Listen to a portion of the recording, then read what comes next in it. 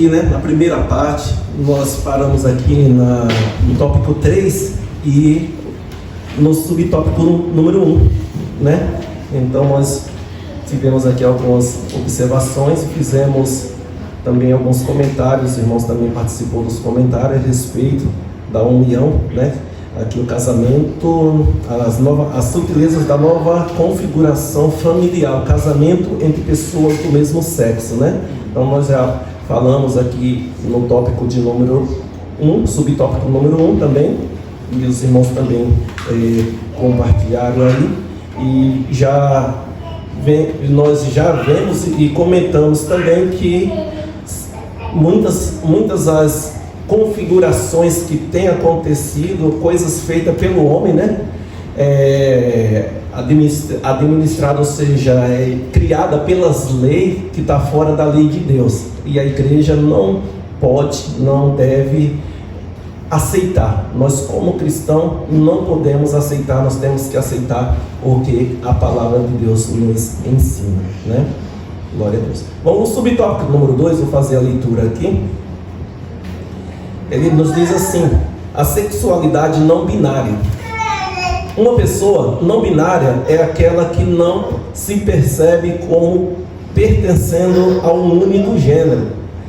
Nesse aspecto, ela acredita que a expressão de gênero não se limita ao sexo masculino e feminino. Essa pessoa é genderqueer. Assim, uma pessoa não binária pode achar que não é homem ou mulher.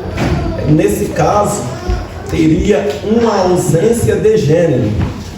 Ou ainda, pode achar que é as duas coisas ao mesmo tempo. Isso significa que, mesmo tendo o órgão genital de determinado sexo, não se reconhece dentro desse gênero. Evidentemente que isso contradiz a forma de expressão da sexualidade, conforme revelada na Bíblia, em Levítico 18, no capítulo 18. E também uma negação das leis biológicas que definem os sexos masculino e feminino. Aqui nós vemos, né, irmão, uma nova,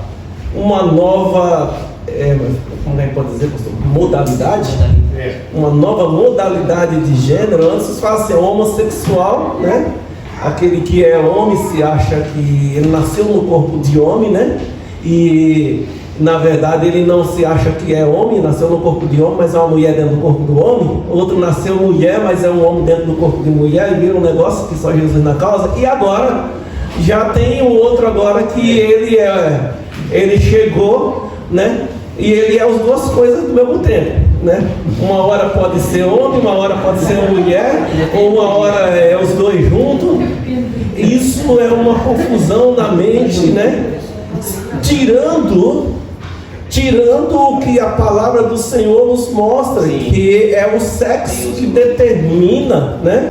Se é homem ou se é mulher, né? Então, irmãos, nós estamos vivendo dias de Sodoma e Gomorra. Verdade. Sodoma e Gomorra. Deus, irmãos, como ele se entristece. Eu vejo que Deus, né? Ele se entristece com o que o homem está criando, o homem está fazendo, né? E imagina agora, né? Uma pessoa que ela é não binária, né? Não binária. Ela é uma mulher, mas ela não se identifica. Ela é ao mesmo tempo, ela é mulher, mas de repente ela pode se achar que ela é um homem, né? Que está dentro do corpo da mulher, né? E de repente ela amanhece no outro dia achando que agora ela já não é mais mulher, ela é mulher e homem ao mesmo tempo. A sua cabeça é uma confusão maluca, né? Então na sua vida ela tem quantas mutações tem dentro da tua mente. Então, irmãos, a gente estamos vendo que isso é tudo coisas que não é aprovado por Deus, né? Então a gente podemos agora fazer aqui uma conjectura dessa situação. Uma pessoa que seja não binária, ela pode sentir necessidade de ter um parceiro ou uma parceira, ou ao mesmo tempo não tem necessidade de ter nenhuma dos dois, porque ela já é os dois, né? Ele já é os dois, né? De repente acordou de manhã sendo os dois, não precisa, né? E se... É uma situação que deixa a cabeça da gente um pouco meio confusa, né? Deixa a cabeça da gente um pouco meio que confusa. Uma família formada por não binário, como seria? O que os irmãos acham, né? Assim, a opinião da igreja também, dos irmãos. Porque, irmãos, muitas situações que está nascendo, na verdade, né? Alguns anos atrás, pastor, você não ouvia falar, né? Não que não existia a homossexualidade, não existia, existiu sempre existiu, porém não tinha esse direito de expressão que eles tinham, eles eram mais oculto, né? Era até vergonhoso, né? Assim, as pessoas que eram se sentiam assim meio retraídas pelo preconceito, claro, né? Pelo preconceito. Então as leis que tem é justamente para quebrar esse preconceito obrigatoriamente, obrigando, né? Forçando a você não ser preconceituoso com aquilo. Se você for, você pode ser punido, né? Devemos aceitar. Dentro da igreja, nós temos que estar preparados para a igreja receber pessoas desse tipo que venha, né? Porque o não binário, ele não é visível, né? Você não vai distinguir se ele é ou não é só de olhar, né? Às vezes um homossexual, um homem que se veste de mulher, por exemplo, né? É mais fácil você identificar que ele não é mulher, mas ele está querendo ser mulher, né? Ou na sua voz, ou pelo gogó que não tira, não arranca o carocinho daqui do gogó do homem. Você olha, pode ser até uma mulher muito bonita, né? Uma pessoa de forma de mulher muito bonita, mas se ela tiver o gogózinho, você sabe que não é homem, né? Porque mulher não tem esse ossinho, né? Uma tática aí para você desconfiar aí do negócio, né? Então, ele colocou a moça. Nossa, acertei. Eu vi se acertei. Olha, você pensou assim aí. Isso era uma prática lá em Levíticos, no capítulo 8, se a gente ler ali, vai falar que era uma prática dos egípcios. Isso aí. Negócio. Então tipo, de agora, coisas que já, né? Então, sempre no meio da humanidade, o homem ele sempre quis mudar a lei, a vontade de Deus, né? E aqui nós estamos falando aqui da família, né? Do valor da família. E nós, como igreja, temos que tomar muito cuidado aqui, atenção, para que não venhamos assim cair, né? Ou seja, aceitar. Cair não, né? A igreja só cai se quiser, mas ainda caiu, né? Mas nós aceitar, por isso que é importante você estar dentro da palavra, você ver a palavra suficiente. Isso é suficiente, não. Você ter uma vida de consagração também, uma vida de oração. Você não ter uma vida somente de conhecimento da palavra, mas uma vida espiritual também, uma vida de oração, que viva na presença de Deus. E nós estamos vivendo e vendo essas práticas cada vez. Hoje é mais... já é aberto, já, né? O mundo já é natural, já não, né? Você sabe que existe, está aí, pode estar do teu lado. E agora nós vamos entrar aqui no tópico número 4, que vai falar dos princípios bíblicos para uma família sólida. Os pais têm a missão de transmitir os valores aos filhos, né? Ele tem a missão de transmitir os valores aos filhos. Até algo que eu até mencionei no começo, né? Aqui em Deuteronômio, capítulo de número 6, do 6 ao 9, nós vemos referência da seguinte forma, né? Estas palavras que hoje te ordeno estão no teu coração, e as intimarás a teus filhos, e delas farás assentado em tua casa, e andando pelo caminho, e deitando-te e levantando-te, também as atarás por sinal na tua mão, e te serão testeiras entre os teus olhos, e as escreverás nos umbrais de tua casa e as tuas portas. Aí nós vemos aqui a importância, né, e o dever, né, dos pais, né? Aqui está falando dos pais, de como posso dizer, infiltrar no coração, ensinar, né? Mostrar. E como você vai ensinar isso aí? Como que você vai somente instruir com palavra? Você dá a orientação, você mostra, mas a maior orientação que ele vai ter vai ser o comportamento dos seus pais, né? A atitude da sua família, dos seus pais. Isso vai ser a melhor orientação que eles vão ter para levar em frente. Agora, né? Imagina uma família que já vem, né, com esse pensamento de liberdade. Eu não ligo, não tenho. Deixa, eles fazem o que ele quer, a vida é dele, né? Que ela já tem isso. Como que ele vai transmitir para os seus filhos? Como que eles vão ver nele essas características de valores, né? De valores, né? Como que vai ser representado a eles? Se bem, irmãos, que, né, nós que somos pais, estamos falando aqui agora nessa parte aqui, a gente orienta, só que depois que o filho ele toma a sua decisão, né, se torna maioridade, ele que vai escolher o que ele quer da vida dele, né? E às vezes não é responsabilidade, culpa que os pais não ensinou, não orientou. No entanto, nós vemos, né?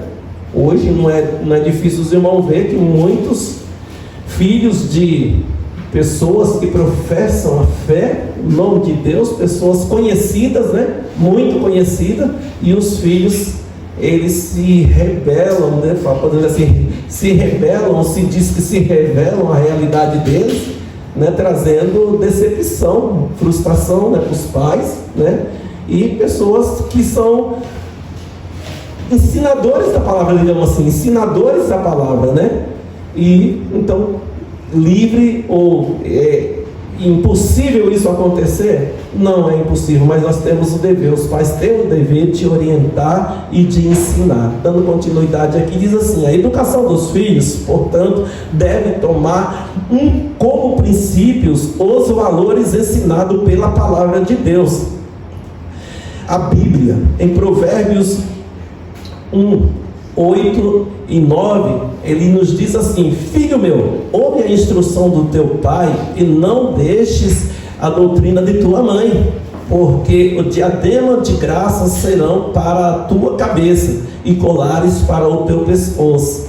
Então, os filhos têm também a obrigação e o dever de ouvir, né, os ensinamentos, as instruções dos seus pais, porque aquele que é desobediente, aquele que não obedece, que trilha o caminho contrário, ele vai sofrer lá na frente, né? Ele vai passar pelas consequências. Então, nós como pai temos o dever de ensinar e viver, né, irmãos? Né? Não faça o que eu mando e não faça o que eu faço, né?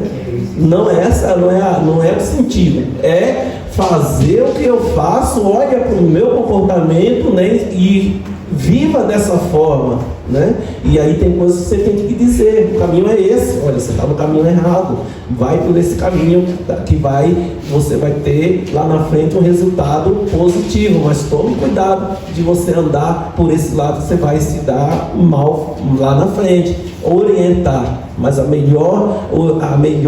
ensinamento é aquilo que você aprende, né? Aquilo que você ensina, você vive e eles observam na tua conduta. Quando eu saí da casa do meu avô, eu me lembro de duas palavras que o meu avô ele falou assim para mim, né? E ele não tinha mais condições. Eu tenho uma imagem assim muito longe, mas era uma casa bem grande, né? Que era casa de sítio, E aquelas casas de sítio, ela tem da cozinha para a sala de estar, que fala, né? Uma sala que o pessoal senta ali. Aí era um degrauzão assim, alto assim, sabe? Que eu era pequeno, para mim era alto, mas eu me lembro que subia para ir para a cozinha. E eu estava em cima e ele ficou embaixo, eu fiquei mais ou menos da altura dele. Ele falou: filho, eu não posso mais te dar condições, né, de você ter um estudo aqui no sítio, aqui não tem, no interior não tenho nada para te oferecer, né? Então é melhor você ir morar com o seu pai. Estou falando do meu avô, né, irmão, que eu fui criado com ele, né? Você vai morar com o seu pai lá em São Paulo, que lá você vai ter a oportunidade de estudar, ir para uma escola, vai te colocar, quando você tiver maior, vai poder entrar numa escola para poder aprender profissão, né, numa oficina. Eu acho que foi uma palavra que ele usou assim, né, para ter uma vida diferente, porque o que eu posso te oferecer aqui é uma enxada e uma foice e uma enxada para você fazer. É isso que eu não quero essa vida para você, né? Então essas palavras, aí ele falou que você seja um homem, né? Seja digno, né? Uma pessoa com dignidade, né? E aquilo ali depois, né? Eu fui embora com o meu tio que me trouxe para São Paulo e nunca mais eu tive a oportunidade de voltá-lo, porque daí ele partiu também, né, com o Senhor, e não tive mais oportunidade, mas essa palavra ficou no meu coração. Então essa palavra de dignidade é você olhar para você e ver quem você é, o que você aprendeu, né, aquilo que você aprendeu nas suas raízes, com a sua família, aquilo que você vai trazer para o teu futuro, para os seus filhos, né, dali para diante, como que você vai ser. E a gente, geralmente, nós somos aquilo que nós aprendemos. Até os 7 anos de idade, você é formado o seu caráter, né? Você é formado ali onde você já aprende tudo que vem, tudo que você ensina para uma criancinha de 1 a 7 anos de idade, ele está aprendendo tudo, e é o que ele é formado. Então, dali para frente, ele vai acrescentando, aí já vai ter escola, já vai ter amigos, já vai ter muitas influências fora, mas o que você aprende dentro de casa fica gravado no coração da criança, né? Então hoje, nós temos do 1 aos 7, até os 10, e hoje até 18 na verdade, né? Crianças que são, né, já homens formados e ainda são imaturos, crianças que não é mais formado com um sim, com um não, com a palmada na bunda quando faz coisa errada, mas é com um iPad, um iPhone na mão, assistindo, vendo coisas, sendo instruído por outros. Por quê? Ele atrapalha, ele incomoda, a criança, né, dá trabalho, e agora nós temos uma ferramenta que nos deixa livre. Quando ele está ali, você está sossegado. É isso que está acontecendo, né? Enquanto ele está ali, o dia todo, né, ali assistindo, brincando, desde pequenininho você já ensina que tem que olhar um iPad, e ele vê os desenhinhos, se distrai e fica... Isso é muito perigoso. Isso, irmão, é muito perigoso, porque deixa de desenvolver a mente da criança, se torna crianças mecanizadas, só faz coisas dentro do mecanismo, né? Por que a gente, os mais antigos, né, eles criavam, inventavam, né? Inventava seus brinquedos, não era nem engenheiro, mas já era um engenheiro de nato, né? Ia lá, catava um pedaço de pau, uma latinha de óleo lá no Brasil, que é uma lisa, né? Quadrada, fazia a cabine do caminhão, mais uma latinha, um pedaço de madeira, fazia carroceria com os pneuzinhos cortados da Havaiana ali, que já tinha estragado, e fazia as rodas, e o caminhão ficava caminhando lá para o mais bonito do mundo. Você criava, e muitos daqueles lá que hoje são engenheiros que estão aí, têm mente, né, para poder desenvolver. Mas hoje nós estamos criando uma geração de mentes cauterizadas, né, preparada, mecanizada, robotizada, e que não consegue fazer nada. Tira da mão, manda fazer 4 mais 4, quanto que é? 2 mais 2, quanto que é? Não consegue, fica uma dificuldade de fazer uma pontinha de uma tabuada, porque a mente está cauterizada. Por que eu entrei nisso aqui? Mas vamos voltar aqui para a educação dos filhos. Nós estamos falando aqui de formação, né? Nós estamos falando de formação também, então isso faz parte, né? Então naquela época, nas épocas de 4 décadas para cima, ainda, irmãos, você tinha pouca tecnologia, mas você tinha muito mais, você diversificava, né, porque você corria, você andava, você fazia tudo, assim, desenvolvia a sua mente, né? Subia, caía, chorava, se subir, caía, aí já vai para o hospital. Já não vai para o hospital, se chorar, apanha. Se chorar, ainda vai levar uma surra, né? Era bem assim, né? Eu falei para não fazer, você fez, chorou, tá doendo, né? Peraí. Eu não falei, então vai apanhar mais ainda. Eu não morria, não. Já ficava.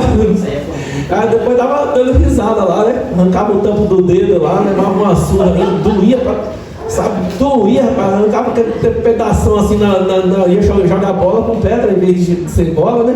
Queria dar um chute, fazer o gol, quebrava os pés. Mas depois tava dando risada lá, tava brincando e morria, não? Estava forte, mas ainda, né? Vamos lá. A crise atual da família é uma crise de valores, né? Onde há desestruturação familiar, a ausência de valores, a ausência de valores forte predomina. Nesse aspecto, de alguma forma, os pais falharam em transmitir ou incutir a formação dos filhos, aquilo que os definiria como verdadeiros cidadãos dos céus, no meio dessa guerra cultural, na qual se procura a desconstrução da identidade cristã. Não dá para ser neutro. Todos os pais compromissados com a família e a sociedade na qual vive têm o dever moral de dar a conhecer aos seus filhos o que Deus estabeleceu como modelo para a família cristã. Então, aqui nesse capítulo aqui, nessa parte que nós lemos aqui, subtópico 1, então fala da importância dos pais estar atentos, né? Tanto de ajudar na formação dos seus filhos. Não é, né? Como nós estamos falando de igreja, de cristão, não é achar que a igreja ela tem a obrigação de formar, de informar, de instruir. Não, é os pais que têm este dever, porque o mundo, né, nosso sistema, ele está fazendo de tudo para desconstruir, né? Então nós temos que agarrar ainda isso com força, irmão, né? Porque hoje a geração nossa é uma geração fraca, é uma geração, fala assim, geração dos nossos filhos, não adianta dizer, não, mas o meu não, porque nós somos da geração que meus filhos não vai passar pelo que eu passei. É bem assim, e muitos não passaram pelo que nós passamos lá atrás, mas hoje é aqueles que não têm uma estrutura, então cada vez vai mais degradando, né? E isso é o que? É o que o sistema quer, é o que o diabo quer, porque daí, se ele não tem firmeza, se ele não tem uma estrutura na palavra, é algo fácil para poder aceitar tudo que está sendo implantado lá fora, né? Tudo que está sendo implantado contra a igreja se torna o quê? Uma igreja debilitada, uma igreja fraca, e a tendência, irmão, pensa que é melhorar e ficar mais forte, que Jesus volte logo. Nós louvamos aqui, ora vem Jesus, né? Que ele volte logo, porque muitos, se demorar muito, vai perder o seu espaço. Então nós temos que ficar muito atento, porque é isso que acontece, né? Hoje nós temos igrejas que querem pregar a palavra, viver na doutrina, né? E na santidade, a igreja que é vazia, a igreja que quer viver, a igreja que quer, né, trazer movimento, fazer isso, fazer aquilo, que é assim que é bom e tal, show e música, etc. Aí, né? Puf, né? Até tem um culto das novinhas, pastor, estava vendo na internet lá, né? Eu vi na internet lá uma igreja no Brasil que fez o culto das novinhas, chamando as novinhas para ir. Irmão, olha o que está acontecendo, irmão. E esse os modelos de culto que está tendo. Aonde Deus está nisso aí? Ainda coloca a propaganda lá das meninas lá, igual as meninas dos cabaré mesmo, né? Assim, né? E aí, como que fica, né? É para atrair, né? É para atrair. Não vem, tá tudo errado, tá tudo errado, irmão. Então, eu já falei aqui para os irmãos, para a igreja também. Nós estamos vendo os dias que nós temos que olhar para dentro de nós e cuidar da nossa alma, da nossa vida, da nossa salvação. Sim. E tomar muito atento, porque a gente começa a prestar atenção mesmo em querer salvar os outros e vai perder a nossa. Sim. Porque isso é complicado, né? É complicado. Então, estamos vivendo os últimos dias e o diabo não está brincando de ser diabo, não. O crente, ele brinca de ser crente e continua achando que sentar dentro da igreja sem ser obediente, sem ser submisso, vivendo do jeito que ele quer. Ah, mas eu sou crente, sou daquela igreja, e vai. Irmão, Satanás, ele continua sendo Satanás. Ele fala, é assim que eu gosto. É assim que eu gosto. Tá lá, tá achando que é, né? Mas deixa ele já é meu já. Não vou nem procurar tirar ele. É complicado, é assim, irmão. Né? Pessoas frias, vazias, né? Sem essência de Deus, sem unção de Deus, e não busca, e vai falar, bicão vai lá na frente, vai dizer que precisa se consertar com Deus, né? Vai dizer, vai chegar e falar, Deus, irmão, se conserta com Deus, busca, santifica a tua vida.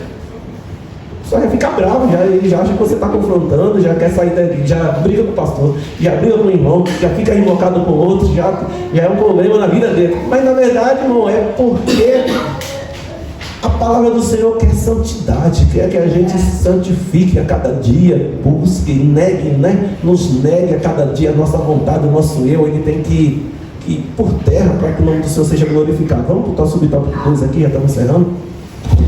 O papel da igreja, subtópico número 2.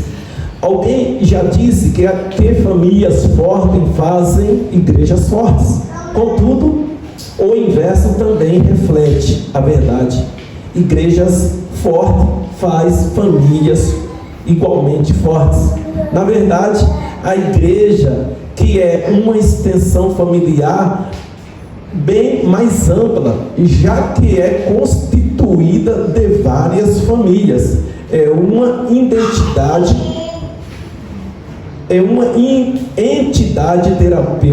terapêutica, onde a família pode ser curada. É missão da igreja também curar a sociedade doente. 1 Pedro capítulo de número 2, versículo 9 e versículo 10 diz assim: mas vós sois geração eleita, sacerdócio real, a nação santa, o povo adquirido, para que anuncieis as virtudes daquele que vos chamou das trevas para a sua maravilhosa luz. Vós que em outro tempo não eres povo, mas agora sois povo de Deus, que não tenhais alcançado misericórdia, mas agora alcançaste misericórdia. Aleluia. Amém. Por outro lado, uma igreja doente, não acolhedora e distante da sociedade, não está cumprindo a missão para a qual foi chamada. É preciso atenção para isso. Uma família cristã sadia tem na igreja uma forte base espiritual. A igreja faz parte da sua vida. Isso significa que uma família forte faz parte ativamente da igreja. Evidentemente que os filhos devem ser criados neste contexto onde os valores cristãos são transmitidos. Mas uma dica para aqueles que têm os seus filhos: não deixe de trazer os seus filhos para a igreja. Eles não vão vir sozinhos, eles não vêm sozinhos. Então, eduque eles na presença de Deus, na casa do Senhor. Como nós vemos aqui, uma família forte é um ditado, né? Que uma família forte, uma igreja forte.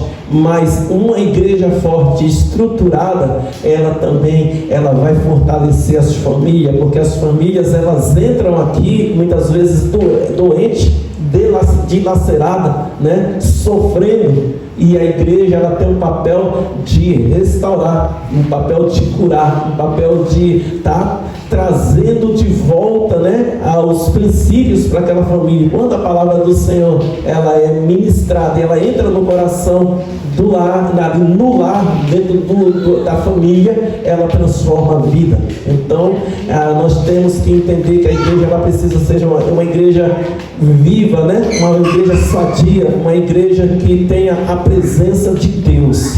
E quando tem a presença de Deus, nós não precisamos nos preocupar, porque Deus se encarrega de poder enviar. E é interessante, irmão, vocês já perceberam, né, que quando você coloca a igreja em oração, quando você está orando, está buscando, você entra em campanhas e Deus começa a despertar, né, pessoas. Não fala assim, não é todo mundo não, nunca foi e nunca vai ser também, não é todo mundo, mas dentro daquele tem um núcleo que é ali, que é vivo. E quando isso se torna evidente, o Senhor começa a mandar pessoas que precisam ser tratadas. Aí a gente quer pessoas de bênção, né? O nosso desejo como pastores é que venha bênção, que venha pessoas aí que ajudem, isso aqui, mas de repente Deus manda aqueles mais tribulosos, né?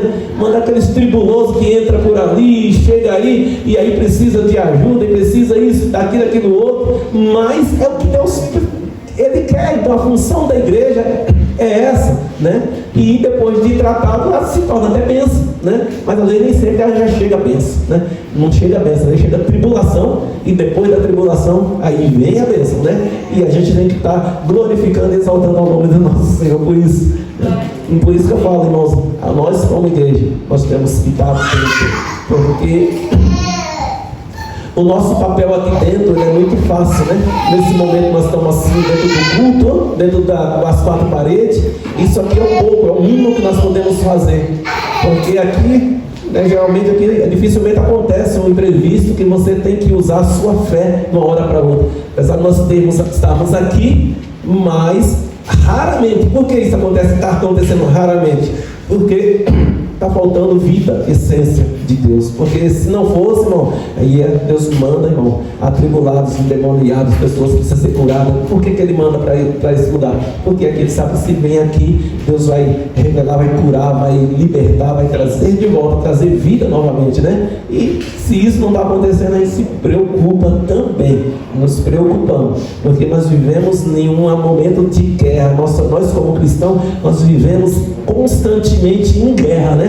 E às vezes você fala assim, cadê o soldado de Cristo? Então não levanta a mão. Agora soldado, irmão, eles não cruza o braço e fica deitado não. O soldado sempre está na batalha, o soldado sempre está guerreando, está sempre se preparando, né? Um soldado dificilmente ele fica dormindo. Quando ele está sem estar na atividade, ele está se preparando, fazendo exercício, se condicionando, deixando preparado aí, porque na hora que precisar ele vai para o ataque, né? A igreja do Senhor também tem que estar constantemente se condicionando fisicamente, espiritualmente. Como que isso vai acontecer? Quando nós despertar, e não é somente vir, sentar, ouvir, louvar, ir embora. Por isso que existem muitos fracos e doentes, né? Quando a gente lê na ceia do Senhor, muitos fracos e doentes e muitos que dormem, porque eles acham que simplesmente o fato de estar dentro da casa do Senhor já é o suficiente. Mas nós temos que estar constantemente nos preocupando com a nossa vida espiritual.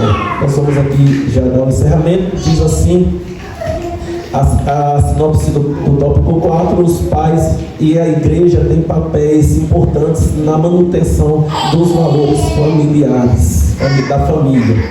A conclusão, os irmãos querem fazer alguma observação, quer fazer algum comentário aqui nesse tópico 4 aí, pode estar em aberto também, né? Se não tiver, nós estamos no horário, né? Vamos estar encerrando, querendo encerrar logo, né? Mas deu para entender, né? A conclusão da aula diz assim, né? Chegamos ao final de mais uma lição bíblica. Vimos que a família está sob ataque. Desvios sutis procuram desconstruir o projeto da família tradicional. Velhas práticas como o adultério estão sendo vendidas para as famílias como normal e até mesmo necessário para turbinar, imagina, irmão, né, o relacionamento, um engodo do diabo. Nesse contexto, a desconstrução nesse contexto de desconstrução, os pais devem, mais do que nunca, firmar e inculcar nos filhos os valores da fé que uma vez foi entregue aos santos. Então, esse negócio, né, de que, né, colocar uma segunda pessoa para dar uma turbinada no casamento aí, na relação, mas é coisa do diabo, né? E a prática, o mundo está dizendo que isso é normal, é natural, né? Tem que dar uma esquentadinha no clima do relacionamento. Aí faz isso, né? No Japão, eles têm a cultura deles é diferente. Fala assim, aqui no mundo, né? No Japão, eles têm a cultura deles diferente, que o casal, eles têm as suas esposas, mas eles têm os seus dias que eles têm que sair, eles saem, né, para ir curtir a noite, curtir, beber com os amigos, e ali, né, curtir outras meninas para fazer as fantasias deles, e as mulheres com as suas amigas, né? É a cultura deles, né? Isso é uma forma de turbinar o relacionamento, né? Ou seja, o relacionamento deles permanecerem, né? Mas nós, como cristãos, de hipótese alguma, devemos ou podemos aceitar isso. E diz, também para concluir aqui e terminar, que os pais, né?